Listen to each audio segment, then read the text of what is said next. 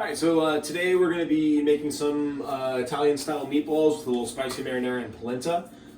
So first off, if you want to get your meatballs made, everything's already been weighed out. So this is going to be an all-pork meatball. It's going to be a pork and bacon. It's just kind of using up what I have currently in my fridge. You can do this with any combination you like. You can use ground veal, ground beef, ground lamb.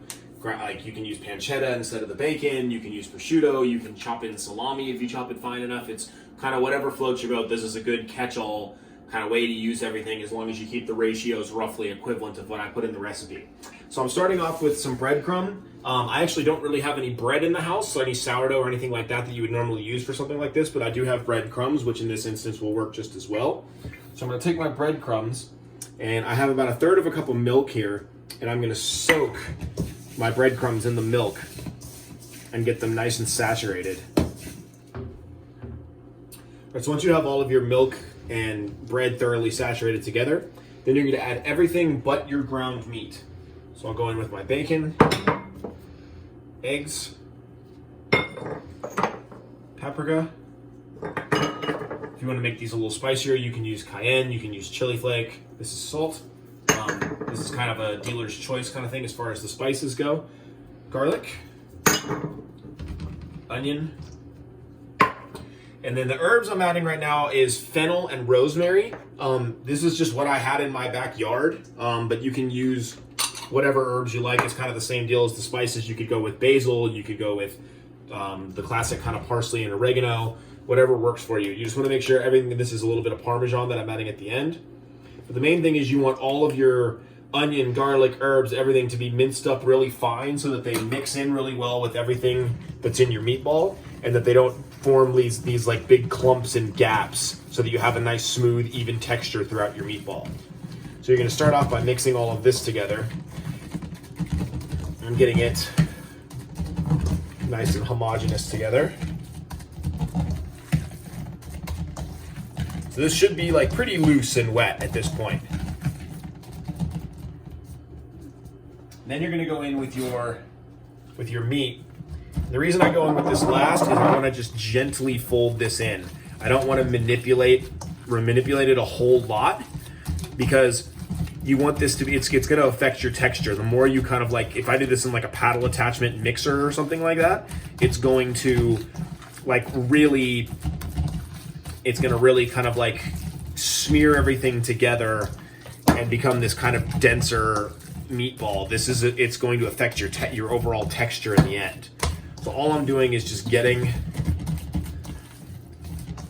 this mixed in very gently, letting it kind of run through my fingers until everything's nice and even. All right, so lastly what I'm going to add, this is optional because I know this isn't something everyone has access to at home, but it is a nice little trick I've learned. That this is about 1/2 cup of chicken stock that I reduced down and then set with gelatin so that it's extremely gelatinized. This was about 1 packet of gelatin per 1/2 cup. So you can just you'll bring it up to like hot enough to dissolve your gelatin, stir it in, and then pour it into something and set it in the fridge till it's like this and just dice it up.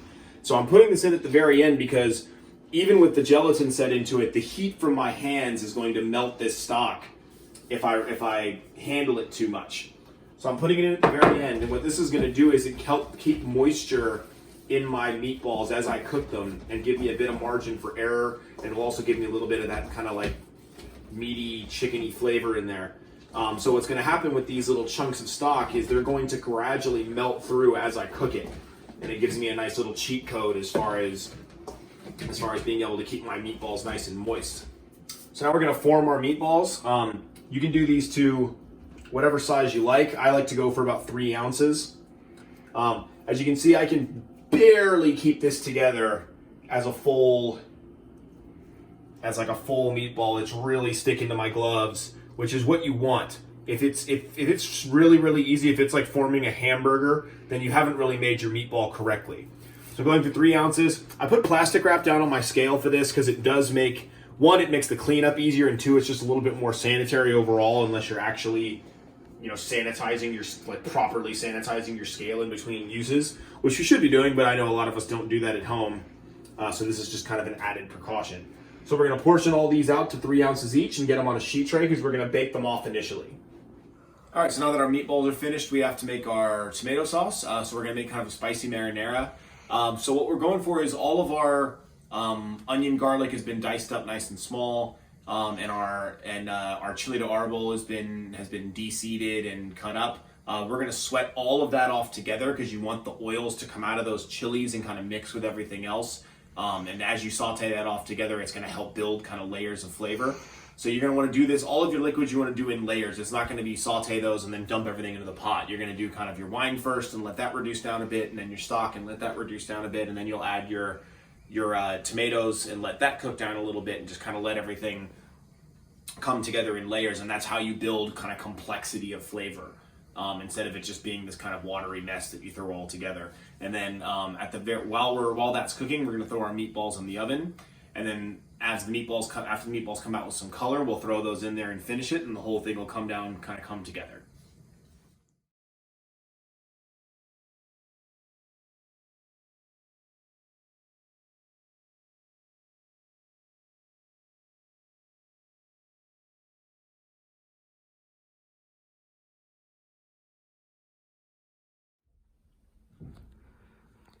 All right, so now that our sauce is reduced and blended, and while that was cooking down, we went ahead and had our meatballs in the oven going and just pulled them out. So what we're gonna do is take these meatballs that have got a little color on them, and we're gonna finish them in the sauce and just let them stew in there. One thing is it's gonna help hold them moist as opposed to continuing to cook them in the oven, which is gonna dry them out. And it's also gonna give us like a nice meaty sauce as all the lovely oils and fats and everything leach out of the meat as they simmer in the sauce. We also have our sauce pretty much where we want it right now as far as texture goes. So I'm gonna put a cover on this as I simmer it so that we don't lose a bunch more and have it tighten up on us and have all the water evaporate out of it. All right, so now that we have our meatballs simmering, while that's going, we're gonna go ahead and make our polenta. So we're gonna start off just sauteing a little bit of onion and garlic.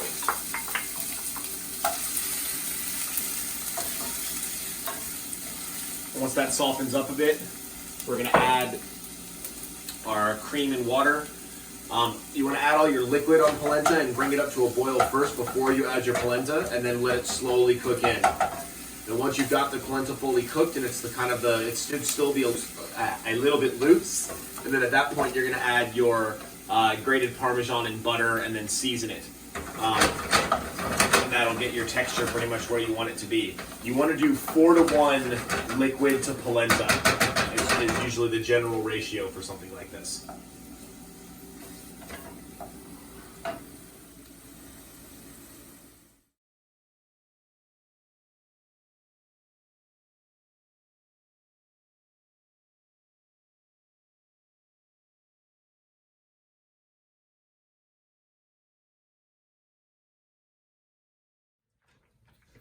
All right, so now that your polenta is nice and thick and cooked the way you want it, this is about where you want it to be, like pourable, but not like really, really soupy.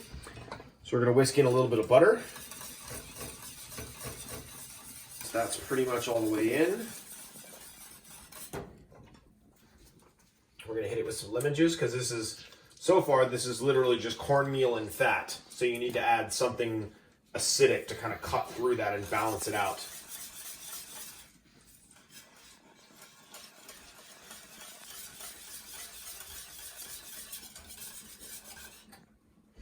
All right, and lastly, we're going with our Parmesan.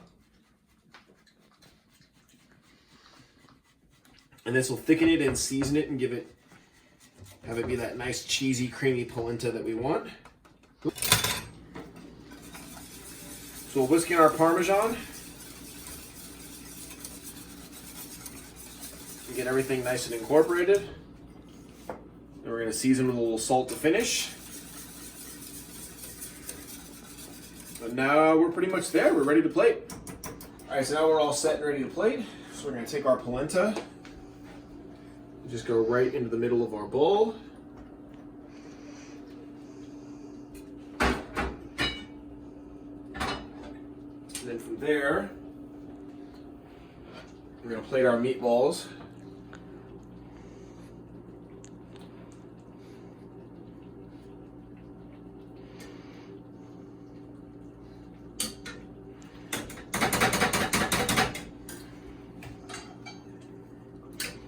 and a little bit of extra sauce over the top and around. And then we're going to finish more Parmesan.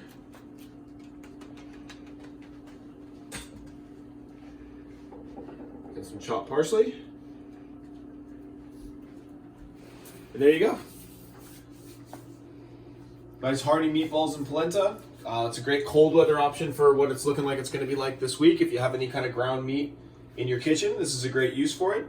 Again, I'm at CHRRICK. If you have any questions or anything, hit me up on Slack. And thanks. I hope you enjoy it.